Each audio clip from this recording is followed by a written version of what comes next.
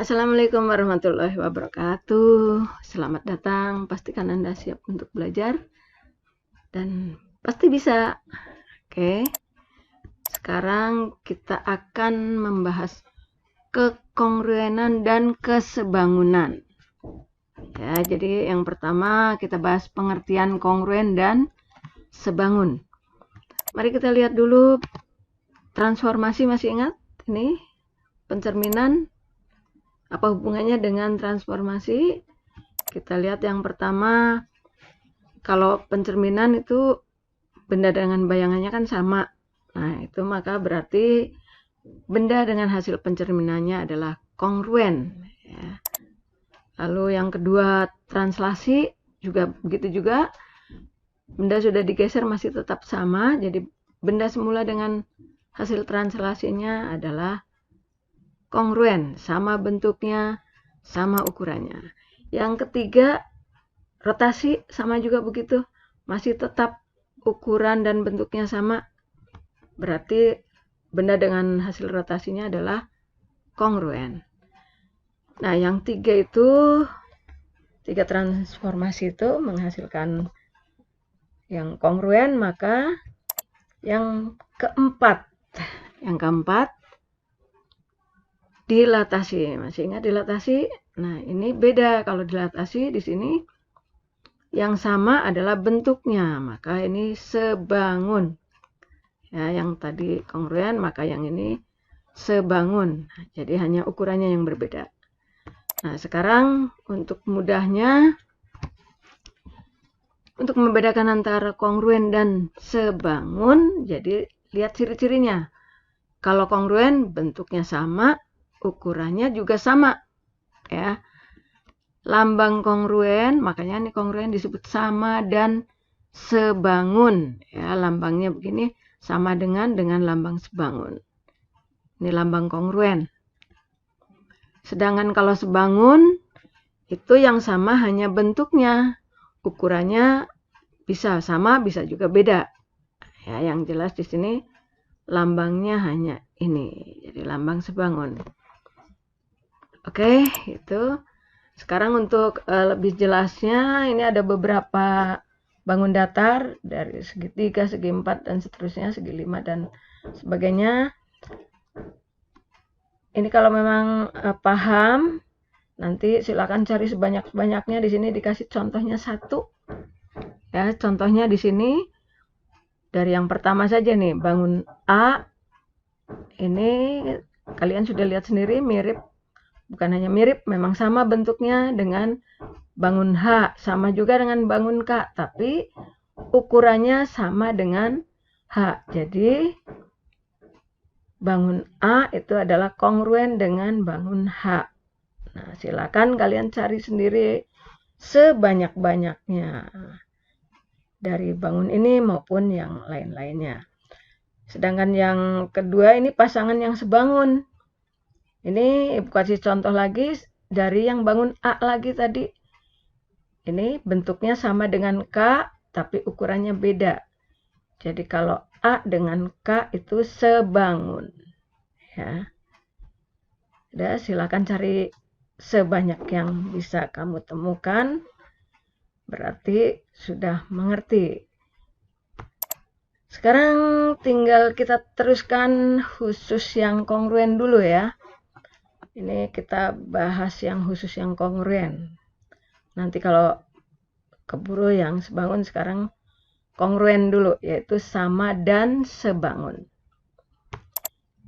Ini langsung dikasih contohnya seperti ini. Karena syaratnya kalau ada dua bangun yang kongruen, dua bangun atau lebih terserah ya, segi banyak berarti segi 3, segi 4, dan seterusnya. Pokoknya kalau ada dua bangun yang kongruen, itu sudut-sudut yang bersesuaian, sama besar, lalu sisi-sisi yang bersesuaian, sama panjang. Nah, kalau di sini ada kata-kata bersesuaian, supaya mengerti bedanya, makanya di sini ada contoh yang tidak bersesuaian. Ini sengaja langsung sudah ada contohnya di sini, ya. ini contoh yang kongruen, ini maka dikatakan bersesuaian. Itu sudutnya di sini misalnya kita lihat dari yang 70 dulu nih. Dari 70 derajat, terus 90, 80, 170. Ini gambar yang satu ini juga begitu lagi, dari 70, terus kita cari 90, 80, lalu 120. Berarti ini bersesuaian, sudut yang sama bersesuaian. Sedangkan contoh yang ini, yang tidak bersesuaian, ini 70 habis 70 di sini bukan 90, tapi 80, baru 90. Meskipun sudutnya semuanya ada semua ini. 70, 90 ada, tapi letaknya tidak bersesuaian. Nah, ini. Jadi itu maksudnya ya. Jadi kalau yang sama besar itu, yang dimaksud sama besar di sini yang bersesuaian berarti harus yang seperti ini ya. Sudah mengerti bedanya yang bersesuaian dan yang tidak bersesuaian? Sisinya nanti tinggal melihat batas-batasnya seperti ini. Misalnya mau melihat yang berapa derajat? Misalnya mau lihat yang 9 derajat. 9 derajat di sini sudutnya 70 dan 90. Nah, maka lihat lagi. Di sini yang 70 dan 90 mana? Ini 70 dan 90. Nah, di sini memang 9 derajat 9 meter. Di sini 9 meter, di sini 9 meter. Ini sama. Nah, bersesuaian ya. Jadi misalnya AB. AB di sini 120 dengan 80 batasnya. Nah, maka cari lagi di sini. Yang 120 dengan 80 berarti PQ. Nah, itu. Jadi AB bersesuaian dengan PQ. Jadi untuk singkatnya yang bersesuaian sudutnya sama besar, kita katakan sama sudut. Sedangkan ini sisi yang bersesuaian sama panjang. Ya. Sudah paham yang ini? Ya, antara bersesuaian dan tidak bersesuaian. Lalu yang kongruen syaratnya itu. Sekarang kalau ada soal ini diketahui. Nah, sekarang diketahui kongruen. Kalau diketahui kongruen berarti yang bersesuaian sama. Ya. Jadi misalnya di sini diminta nilai A, B, C, dan seterusnya. A, kamu bisa lihat A-nya di sini. Nah, lihat yang bersesuaian dari bentuknya juga terlihat di sini. Bentuknya A. A berarti yang di sini nih. Ya. Jadi bersesuaian dengan yang 110 derajat. Maka nilai A adalah 110 derajat. Nah, yang B dan seterusnya bisa sendiri kan? Ya. Lihat saja yang bersesuaian dengan yang bersesuaian. Jadi itu jawabannya hanya begitu saja. Mudah kan? Tidak perlu menghitung. Karena lihat yang bersesuaian saja. Paling-paling kalau yang menghitung hanya ini. Karena ini 90, ini 90. Ini ya. Berarti sudah 180, maka tinggal 180 yang ini. Ini sudah ada 110, berarti yang ini. Nah, hanya menghitung ini saja. Yang lainnya tidak menghitung. Sedangkan nomor 2, ini hanya untuk memastikan, jadi membuat kesimpulan, kalau ada dua bangun yang luasnya sama, apakah pasti kongruen? Nah, itu. Pertanyaannya seperti itu. Nah, ini untuk membuktikan. Ya, untuk membuktikan, di sini sudah kelihatan ini. Ini sudah jelas, yang satu persegi panjang, satunya persegi, sudah jelas. Bagaimana? Tidak kongruen. Ini tidak kongruen, sedangkan luasnya sama apa tidak? Silakan hitung luas persegi panjangnya berapa, luas perseginya berapa. Oke? Oke, kita teruskan lagi. Sekarang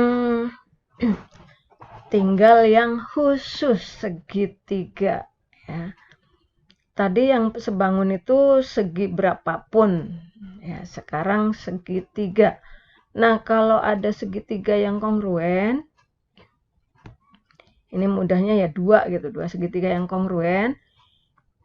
Apakah membuktikan, apakah kita lihat 2 segitiga itu kongruen atau tidak, ya.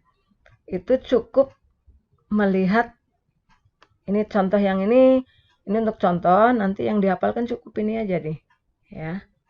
Cukup ini aja. Jadi yang pertama syaratnya itu sisinya, tiga-tiganya. Jadi 3 pasang sisinya sama.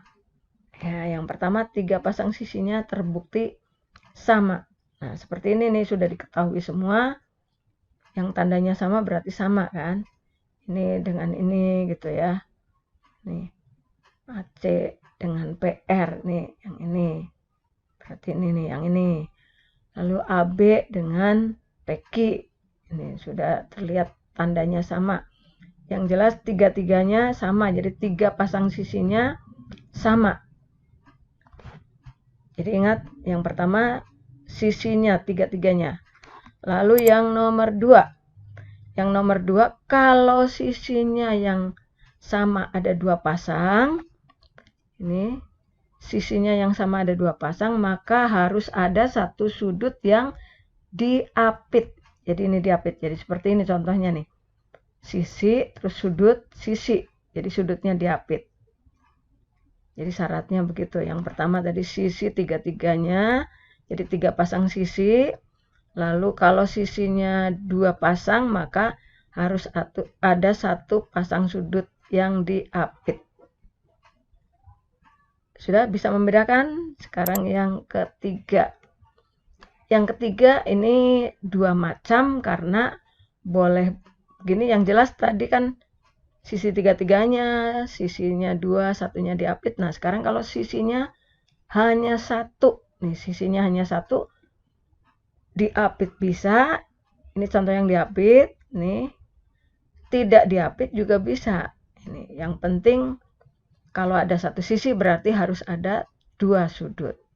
Mau diapit, mau tidak, terserah. Tapi kalau sisinya 2, maka sudutnya harus diapit. Ya, harus diapit. Sudah, jadi itu 3. Masih ingat tadi?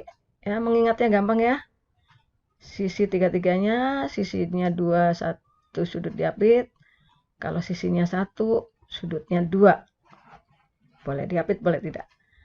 Lalu kenapa ada 1 lagi nih, yang keempat? Karena khusus untuk segitiga siku-siku. Kalau khusus untuk segitiga siku-siku, maka di sini sudut siku-sikunya, terus sisi miringnya. Sisi miring kan di depannya nih. Sudut siku-siku lalu sisi miring. Jadi ini harus ada sisi miring dengan sudut siku-siku harus ada. Tinggal yang satunya, mau yang ini boleh, yang itu juga boleh. Oke, sekarang lebih baik dengan contohnya saja. Ya. Ini contohnya. Ini contohnya letaknya ada yang sejajar dan diketahui sama. Nah, sekarang soalnya ini diminta untuk membuktikan bahwa kedua segitiga ini kongruen, tapi dengan 2 kriteria. Ya, ini 1 sisi. Karena sisinya udah diketahui 1. Kalau sisinya sudah diketahui 1, berarti harus ada 2 sudut. Harus ada 2 sudut. Nah, ingat tadi ya. Tadi berarti ini contoh yang ketiga tadi. Yang ketiga. Jadi sisinya hanya 1, sudutnya harus 2. Boleh diapit, boleh tidak. Nah, ini diminta dua-duanya. Diminta yang diapit, diminta yang tidak diapit. Sengaja sudah disiapkan gambarnya ini. Nah, yang A dulu nih. Yang diapit. Sisinya diapit. Berarti sudutnya kita ambil sudut A. Sudut A ini dengan sudut E dalam berseberangan. Nih. Berarti yang ini. Nah, ini dengan ini dalam berseberangan. Sedangkan sisinya sudah diketahui. Sisinya nih AB dengan ini sudah diketahui. Berarti 1 sudut lagi karena ini harus diapit sisinya. 1 sudut lagi berarti kita ambil yang sudut B dengan sudut D. Nah, berarti yang ini. kasih nama saja X atau apa saja, yang penting sama ya. Sudah, ini yang A jadi sudut, sisi, sudut. Sekarang yang B, sisi, sudut, sudut, yang B. Sisi, sudut, sudut, kita ambil sisi yang sudah diketahui, AB dengan DE. Ini. Terus sudutnya mau diambil yang A boleh, yang B juga boleh. Ini diambil yang A, ya. A dengan E. Dalam berseberangan yang seperti tadi. Lalu yang satu lagi berarti bukan yang B, karena di sini bukan diapit. Maka kita ambil yang ini. Misalnya ini kasih tanda P gitu, atau apa saja terserah ya. Ini bertolak belakang. Sudah paham yang ini? Nih, jadi seperti itu ya. Contoh yang ini untuk contoh yang tadi. Contoh nomor 3 ini berarti. Sekarang ini satu lagi. Contoh satu lagi. Ini letaknya seperti ini, kedua segitiganya. Diketahuinya begini, berarti, nah ini kalau segitiganya kita pisah, maka di sini sisi, ini yang sudah diketahui sisi ada 2 nih. Ya. PQ dengan RQ. Nih, PQ dengan RQ. Sudah diketahui. Lalu PS dengan RS sudah diketahui juga. Nah, tinggal satu lagi. Satu lagi ini QS dengan QS kepakai untuk 2 segitiga. Nih. Jadi terbuktilah ini keduanya kongruen. Ini yang kita buktikan sisi tiga-tiganya. Jadi 3 pasang sisi. Oke. Cukup sampai sini. Ya, mudah-mudahan mudah dimengerti dan silakan untuk perbanyak latihan.